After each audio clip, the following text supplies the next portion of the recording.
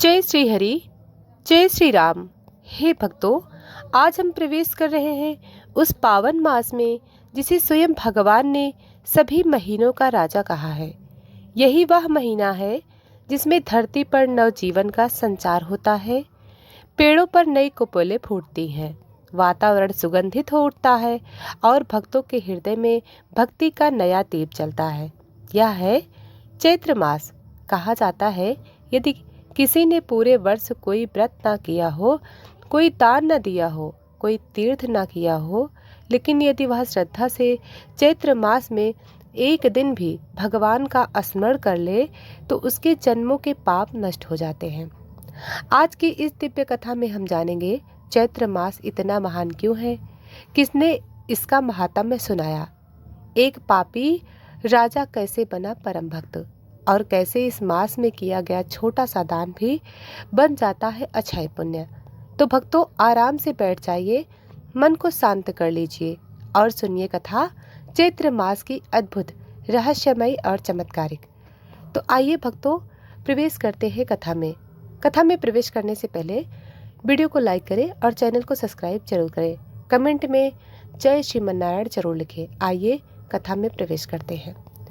एक समय की बात है, देव ऋषि नारद मुनि लोकांतर में भ्रमण करते हुए बैकुंठ धाम पहुँचे। वहाँ उन्होंने देखा भगवान विष्णु शेष नाग की शैया पर विराजमान हैं और माता पार्वती उनके चरणों की सेवा कर रही हैं। नारद जी ने बाड़ी रखी और बोले, प्रभु, मैंने अनेक व्रतों, दानों और मासों की महिमा सुनी है, परंतु पृथ्वी लोक में लोग भ्रमित हैं। कौन सा मास सर्वोत्तम है, कौन सा व्रत शीघ्र फल देता है? भगवान मुस्कुराए। उन्होंने कहा, हे नारद, मासों में जो श्रेष्ठ है, जो स्वयं मेरा प्रिय है, जो मोक्षदायक है, वह है चैत्र मास। नारद जी की जिज्ञासा और बढ़ी। उन्होंने पूछा, प्रभु, ऐसा क्या विशेष है इस मास में? तब भगवान ने आरंभ की वह दिव्य कथा जो आज हम सुन रहे हैं। प्रिय भक्तजनों, पापी राजा की कथा। प्राचीन काल में एक राज्य था। वहाँ का राजा अत्यंत क्रूर था। वह प्रजा पर अत्याचार करता था, धर्म का अपमान करता था, संतों का तिरस्कार करता था। उसका नाम इतिहास में लुप्त हो गया, क्योंकि पापी का नाम टिकता नहीं है। एक दिन शिकार करते हुए वह जंगल में भटक गया। प्यास से व्याकुल, भूख से तड़पता, तभी उसे एक आश्रम दिखाई दिया। वहाँ एक तेजस्वी ऋषि तप कर रहे थे। राजा ने जल मांगा। ऋषि ने प्रेम से जल दिया। राजा ने पूछा, मुनिवर, क्या मैं इतना पापी हूँ कि मेरे जीवन में शांति नहीं? ऋषि ने ध्यान लगाया और बोले, राजन, तुम्हारे पाप भारी हैं, परंतु भाग्य से आज चैत्र मास का प्रथम दिन है। यदि तुम पूरे मास प्रातः स्नान, व्रत, दान और भगवान का स्मरण करोगे तो तुम्हारा उद्धार हो जाएगा। राजा हंसा, क्या इतना आसान है मोक्ष? ऋषि बोले, चैत्र मास में हाँ। राजा ने निश्चय किया वह प्रयास करेगा। प्रिय भक्तजनों, मास के अंत में राजा का हृदय बदल चुका था। वह रो पड़ा, मैंने इतना पाप क्यों किया? तभी आकाशवाणी हुई, राजन, चैत्र मास में किया गया सच्चा पश्चाताप भी जन्मों के पाप हर लेता है। राजा ने राज्य को त्याग दिया और भक्ति में लीन हो गए। भगवान बोले, हे नारद, इसी चैत्र मास में शुक्ल पक्ष की 10वीं तिथि को मैंने अयोध्या में अवतार लिया। अयोध्या का वातावरण देवताओं का पुष्प वर्षा, कौशल्या जी की गोद में बाल रूप। इस मास में राम नाम का जप 1000 यज्ञों के समान फल देता है। प्रिय भक्तजनों, चैत्र मास में क्या करें? ब्रह्म मुहूर्त में स्नान करें, तुलसी पूजन करें, गरीबों को अन्नदान करें, राम नाम जप करें, कथा श्रवण करें। जो यह कथा करता है उसके घर में दरिद्रता नहीं टिकती, रोग पास नहीं आते और मृत्यु के बाद भगवान विष्णु का धाम मिलता है। भगवान ने कहा, हे नारद, जो यह व्रत चैत्र मास की कथा श्रद्धा से सुनता है उसके जीवन में नया बसंत आता है। नारद जी ने बीड़ा बजाई, नारायण नारायण। वो आज देवताओं में विशेष प्रसन्नता क्यों है? भगवान विष्णु ने मधुर मुस्कान के साथ उत्तर दिया, हे नारद, आज पृथ्वी पर नवचक्र प्रारंभ हुआ। आज चैत्र मास का प्रथम दिवस है। यही वह काल है जब सृष्टि जागृत होती है। ब्रह्मा ने भी इसी काल में सृजन आरंभ किया। नारद की जिज्ञासा और अधिक प्रबल हुई। प्रभु, इस दिन का रहस्य कृपया विस्तार से बताइए। भगवान ने दिव्य स्वर्ग कथा आरंभ की। हे नारद, यह मास मुझे अत्यंत प्रिय है।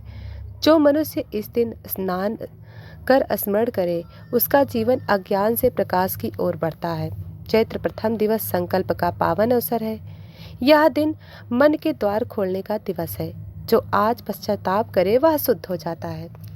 जो आज दान करे वो अक्षय हो जाता है। जो आज राम नाम जपे वह निर्भय हो जाता है। नारद ने विनम्रता से अगला प्रश्न किया, क्या इतना साधारण आचरण पर्याप्त होगा प्रभु?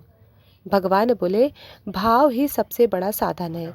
यदि हृदय निर्मल हो तो अल्प भी पूर्ण होता है। उसी जो आज राम नाम जपे वह निर्भय हो।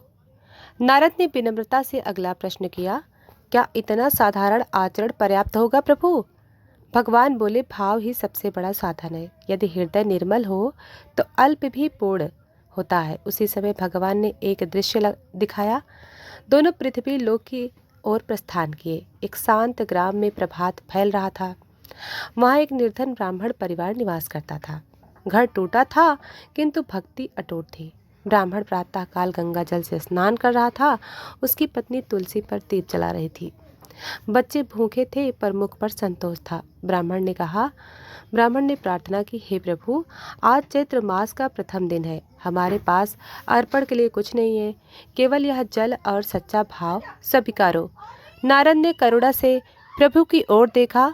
प्रभु, इनके पास धन नहीं, साधन नहीं। भगवान बोले, इन्हीं का पुण्य महान होगा। भाव की थाली में जो अर्पित होता है वह स्वर्ण से भी अधिक मूल्यवान होता है। तभी गांव के बाहर एक रथ आकर रुका। एक धनी व्यापारी मार्ग भूलकर आया। उसका रथ अचानक टूटकर स्थिर हो गया। व्यापारी ने सहायता के लिए पुकार लगाई। ब्राह्मण दौड़कर सेवा हेतु वहां पहुंचा।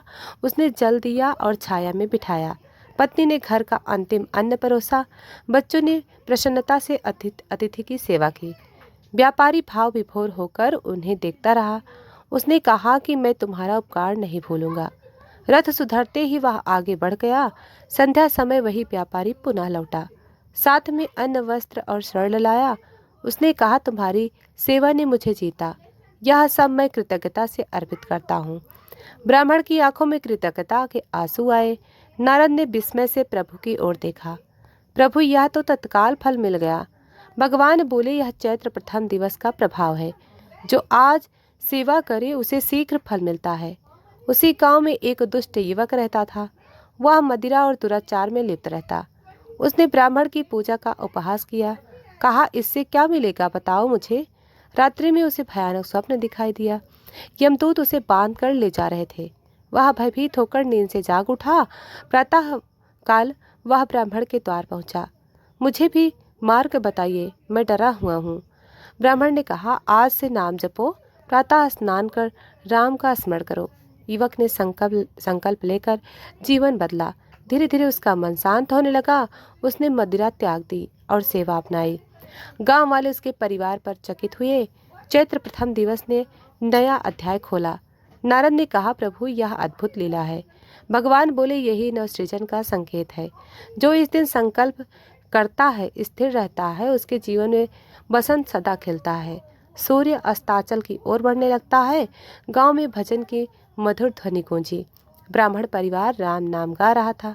युवक भी आंसू भरे नेत्रों से जुड़ा। नारद की बीड़ा स्वयं बजने लगी। प्रभु ने करुणा दृष्टि से सबको देखा। हे नारद, यह केवल आरंभिक दिवस है। अभी पूरे मास की महिमा शेष है। जो इस कथा को श्रद्धा से सुनता है उसके जीवन में भी नव प्रभात आता है। तो प्रिय भक्तजनों, वैकुंठ में पुनः गंभीर संवाद प्रारंभ हुआ। नारद ने फिर से विनम्र प्रश्न किया, प्रभु, क्या केवल प्रथम दिवस ही महान है या पूरे मास में विशेष प्रभाव रहता है? भगवान विष्णु ने करुणा दृष्टि से उठाई। हे नारद, पूरा मास दिव्य ऊर्जा से भरा। प्रथम दिन संकल्प बोया जाता है, शेष दिनों में वह फलित होता है। जो संकल्प दृढ़ रखता है वही सफल होता है, जो डगमगाता है वह पुनः भटकता है। नारद ने कहा, उदाहरण देकर समझाइए। भगवान ने पृथ्वी का दृश्य प्रकट किया, वही ग्राम पुनः सामने प्रकट हुआ। निर्धन ब्राह्मण अब नियमित पूजन करता, प्रातः स्नान, फिर सूर्य को अर्घ्य देता, तुलसी पर दीपक रोज जलाता, राम नाम का जप बढ़ाता जाता। परंतु अब परीक्षा आरंभ होने वाली। दूसरे सप्ताह वर्षा अचानक रुक गई, खेत सूखने लगे, अन्न घटने लगा, ग्राम में चिंता की लहर फैल गई। लोग बोले, यह पूजा व्यर्थ रही। दुष्टजन ब्राह्मण को दोष देने लगे, तुम्हारे कर्मों से देव रुष्ट हुए हैं। ब्राह्मण शांत रहा, मन स्थिर रखा। उसने कहा, विश्वास ही मेरा धन है, चैत्र मास में मैं धैर्य नहीं छोड़ूंगा। नारद ने भी प्रभु से पूछा, यह अन्याय है। भगवान बोले, यह परीक्षा आवश्यक है। संकल्प बिना परीक्षा अपूर्ण रहता है। यदि कठिनाई में भक्ति अडिग रहे तभी उसका फल अक्षय मिलता है। तीसरे सप्ताह और संकट आया। ब्राह्मण का पुत्र अचानक बीमार पड़ा। पत्नी रोई पर विश्वास न छोड़ा। उसने कहा, प्रभु की इच्छा मंगल है। ब्राह्मण ने रात्रि भर नाम जपा। ग्राम के लोग तमाशा देखते रहे। कुछ ने उपहास किया, निर्दय वचन बोले। युवक जो परिवर्तित हुआ था वह सेवा में दिन रात लगा रहा। उसने औषधि ढूंढकर बालक को दी। राम नाम की ध्वनि घर में गूंज उठी। प्रातः होते ही बालक स्वस्थ हुआ। ग्राम में आश्चर्य की चर्चा फैल गई। लोग के मन में संशय टूटने लगा। नारद ने हर्ष से प्रभु की ओर देखा। प्रभु, यह आपकी कृपा अस्पष्ट है। भगवान बोले, यह विश्वास का प्रतिफल है। चैत्र मास मन को दृढ़ करता है, जो डगमगाए फिर उसे संभालता है। अब चौथे सप्ताह नई लीला शुरू हुई। राजधानी से कर वसूलने सैनिक आए। उन्होंने ब्राह्मण से कर मांगा। ब्राह्मण के पास धन शेष न था। सैनिक क्रोधित होकर धमकी देने लगे। पत्नी ने विनती की, आज मास का अंतिम सप्ताह चल रहा है, कृपा कर समय दे, हम दीन हैं। सैनिक हंसते हुए आगे बढ़े। उसी समय आकाश में मेघ घिराए, वर्षा प्रारंभ हुई, खेत हरे भरे हो गए। राजधानी से दूत घोड़े पर आया। उसने घोषणा पढ़कर सुनाई। राजा ने कर माफ करने का आदेश दिया, क्योंकि राज्य में वर्षा समृद्ध आई है। ग्रामवासी स्तब्ध होकर खड़े रह गए। ब्राह्मण ने शांत भाव से प्रभु को धन्यवाद दिया। नारद ने कहा, यह अद्भुत चमत्कार है। भगवान बोले, यह चैत्र की कृपा, जो मास भर अडिग रहता है उसका जीवन स्वयं साक्षी बनता है। अब वह युवक की भी परीक्षा हुई। पुराने मित्र उसने वापस बुलाने आए। उन्होंने मदिरा और भोग का लोभ दिया। युवक का मन क्षण भर डोल गया, पर उसे स्वप्न की भयावह स्मृति आई। उसने दृढ़ता से मना कर दिया। कहा, मैंने नया मार्ग चुन लिया। राम नाम अब मेरा जीवन आधार है। मित्र क्रोधित होकर चले गए। युवक की आंखों में आंसू थे, पर मन में अद्भुत शांति थी। नारद बोले, प्रभु, यह परिवर्तन अस्थायी। भगवान बोले, चैत्र में लिया गया संकल्प यदि मास भर निभाया जाए तो वह जन्मों तक साथ रहता है। मास का अंतिम दिवस निकट है। ग्राम में सामूहिक भजन आयोजित हुआ। सबने मिलकर दीप प्रज्वलित किए। ब्राह्मण ने कथा सुनाई विस्तार से। चैत्र प्रथम दिवस से अंतिम तक कैसे हर संकट परीक्षा था, कैसे विश्वास ने रक्षा की। ग्रामवासियों की आंखें नम हुईं। कई लोग ने संकल्प लिया, अगले वर्ष और श्रद्धा बढ़ाएंगे। नारद की बाणी गूंज उठी। नारायण नारायण की ध्वनि फैल गई। भगवान ने करुण स्वर में कहा, हे नारद, यही प्रिय भक्तजनों, नारद मुनि ने पुनः प्रश्न किया, प्रभु, चैत्र का अगला रहस्य क्या है? भगवान ने गंभीर स्वर में कहना आरंभ किया, हे नारद, चैत्र केवल व्रत का मास नहीं है, यह मेरे अवतार का भी पावन काल है। इसी मास में शुक्ल नवमी को मैं अयोध्या में राम रूप में अवतरित हुआ। नारद की बीड़ा स्वयं गूंज उठी। नारायण नाम की ध्वनि फैल गई। प्रभु, उस दिव्य क्षण का वर्णन कीजिए। भगवान ने स्मित कर लीला सुनाई। अयोध्या नगरी स्वर्णिम प्रकाश से भरी। राजा दशरथ चिंतित मन में बैठे थे। संतान प्राप्ति की अभिलाषा प्रबल थी। ऋषि वशिष्ठ ने यज्ञ का सुझाव दिया। महान पुत्रेष्ट यज्ञ संपन्न कराया गया। देवताओं ने प्रसन्न होकर वरदान दिया। रानियों को दिव्य खीर प्रदान हुई। समय बीता, शुभ घड़ी निकट आई। चैत्र शुक्ल नवमी का प्रभात उदित हुआ। सूर्य ने मधुर किरणें बिखेरी। नदियां शांत स्वर में बहने लगी, पवन सुगंधित होकर गगन में नाचा, देवगण आकाश से पुष्प बरसाने लगे। तभी कौशल्या के महल में प्रकाश फैला, दिव्य शिशु ने करुणा ध्वनि की, चारों ओर आनंद की लहर दौड़ पड़ी। मैं राम रूप में प्रकट हुआ। नारद ने भाव विभोर होकर पूछा, प्रभु आपने चैत्र ही क्यों चुना? भगवान बोले, यह नव सृजन का समय है। धरती स्वयं नवजीवन धारण करती है। मेरे अवतार का उच्छेद भी वही, अधर्म का धर्म स्थापना। चैत्र मास ऊर्जा और संतुलन देता है। जो इस मास में मेरा स्मरण करता है उसके भीतर भी रामत्व जागता है।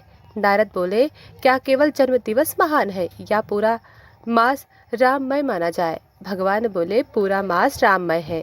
प्रथम दिवस संकल्प का आधार, नवमी दिव्य जन्म का उत्सव। पूर्णिमा भक्ति का प्रकाश फैलाती है। अब पृथ्वी का दृश्य प्रकट हुआ। अयोध्या में उत्सव की धूम मची।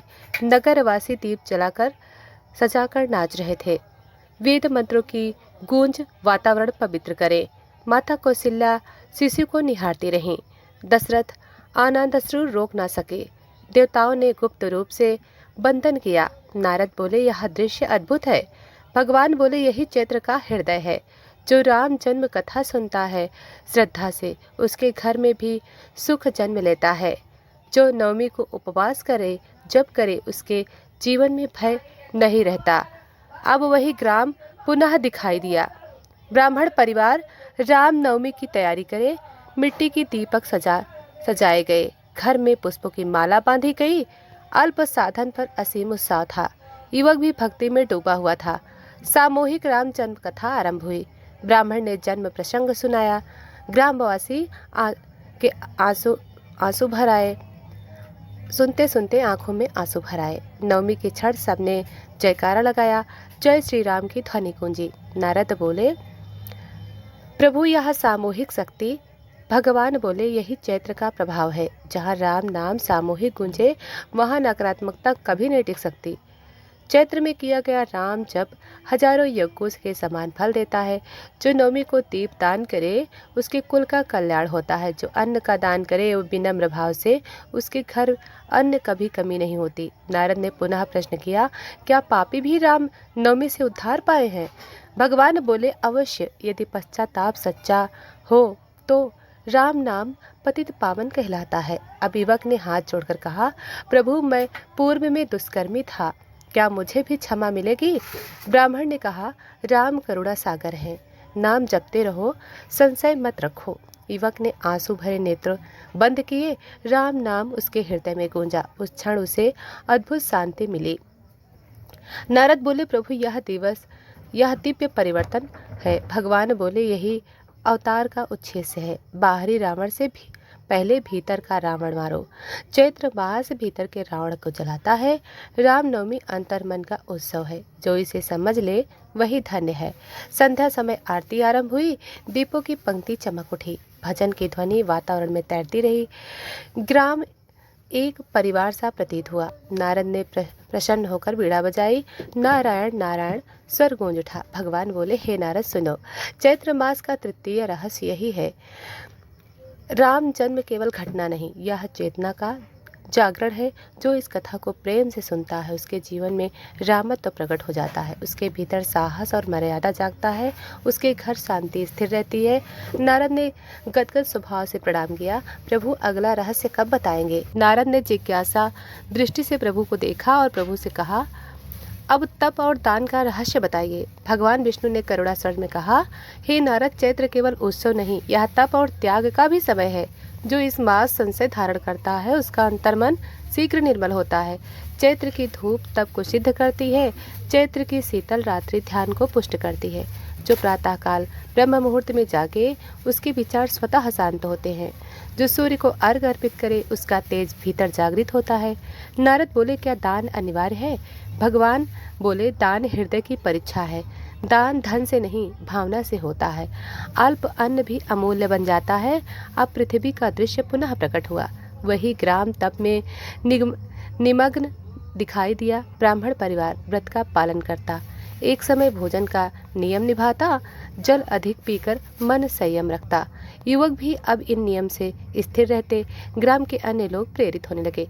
चौथे सप्ताह तब की अग्नि प्रखर हुई। गर्मी बढ़ी, खेत सूखने लगे, जल का स्रोत घटने लगे, लोगों का धैर्य फिर टगमगाने लगा। ब्राह्मण ने सबको एकत्र बुलाया, कहा संकट में सामूहिक जप करें। सबने मिलकर राम नाम जपा। तब से उत्पन्न ऊर्जा वातावरण बदल। कुछ ही दिनों बाद मेघ उमड़ आए। वर्षा ने धरती को तृप्त किया। ग्रामवासियों का विश्वास दृढ़ हुआ। नारद बोले, यह तप का प्रभाव। भगवान बोले, संयम से प्रकृति संतुलित होती है। अब चैत्र पूर्णिमा समीप आई। पूर्ण चंद्रमा की रजत आभा फैली। ग्राम में विशेष उत्साह दिखाई दिया। ब्राह्मण ने पूर्णिमा व्रत का महत्व बताया। चंद्र दर्शन से मन शीतल होता है। पूर्णिमा का दान विशेष फल देता है। जो दीप दान करे वह पाप मुक्त होता है। जो अन्न दान करे दरिद्रता दूर होती है। जो जल दान करे प्यास शांत करे। जो वस्त्र दान करे दुख हरता। नारद ने पूछा, पूर्णिमा इतनी महान क्यों? भगवान बोले, पूर्णिमा पूर्णता का प्रतीक है। चैत्र की पूर्णिमा नव संकल्प को सिद्ध करती है। जो मास भर तप करे स्थिरता से, पूर्णिमा उसे आशीर्वाद प्रदान करती है। अब युवक ने निश्चय किया, वह अपनी कमाई का अंश दान देगा। उसने गरीब वृद्ध को वस्त्र दिए। वृद्ध की आंखों में कृतज्ञता झलकी। युवक का हृदय आनंद से भर गया। नारद बोले, यह आंतरिक परिवर्तन अद्भुत। भगवान बोले, यही सच्चा दान है। दान से अहंकार गलता है, तब से मन स्वच्छ होता है। पूर्णिमा की रात्रि आरती आरंभ हुई। दीपों की पंक्ति चंद्रमा सी चमकी। भजन की मधुर ध्वनि लहराई। ग्राम एक आध्यात्मिक केंद्र बना। ब्राह्मण ने कथा विस्तार से सुनाई। तप बिना दान अधूरा रहता है, दान बिना तप कठोर बनता है। दोनों मिलकर संतुलित करते हैं। नारद ने प्रणाम किया, प्रभु क्या इतना करने से मोक्ष संभव है? भगवान बोले, मोक्ष अंतर्मन की अवस्था है। चैत्र मास उसे सुलभ बनाता है। जो पूर्णिमा की रात्रि को जागरण करे, राम नाम का जप करे, ध्यान लगाए, उसका भय नष्ट होता है। उसके जीवन में संतोष स्थिर होता है। अब ग्राम में चंद्रमा उदित हुआ। सबने मिलकर चंद्र को नमन किया। शांत चांदनी ने वातावरण शीतल किया। युवक ने आकाश की ओर देखा। उसके भीतर नई चेतना जन्म ली। प्रिय भक्तजनों, जो भगवान बोले, यही चैत्र पूर्णिमा का महात्म्य है। जो इस कथा को श्रद्धा से सुने उसके जीवन में संतुलित आए, तप और दान दोनों साथ चले, संकल्प सिद्धि तक पहुंच जाए। नारद ने कहा, अब अंतिम रहस्य शेष है। भगवान मुस्कुराए, अंतिम रहस्य निकट है। चैत्र का समापन भी दिव्य संदेश है भक्तों के। तो प्रिय भक्तजनों, आपने श्रवण किया चैत्र महात्म्य के प्रथम दिन की कथा। हम कल आगे की कथा श्रवण करेंगे। तब तक के लिए जय श्रीमन नारायण।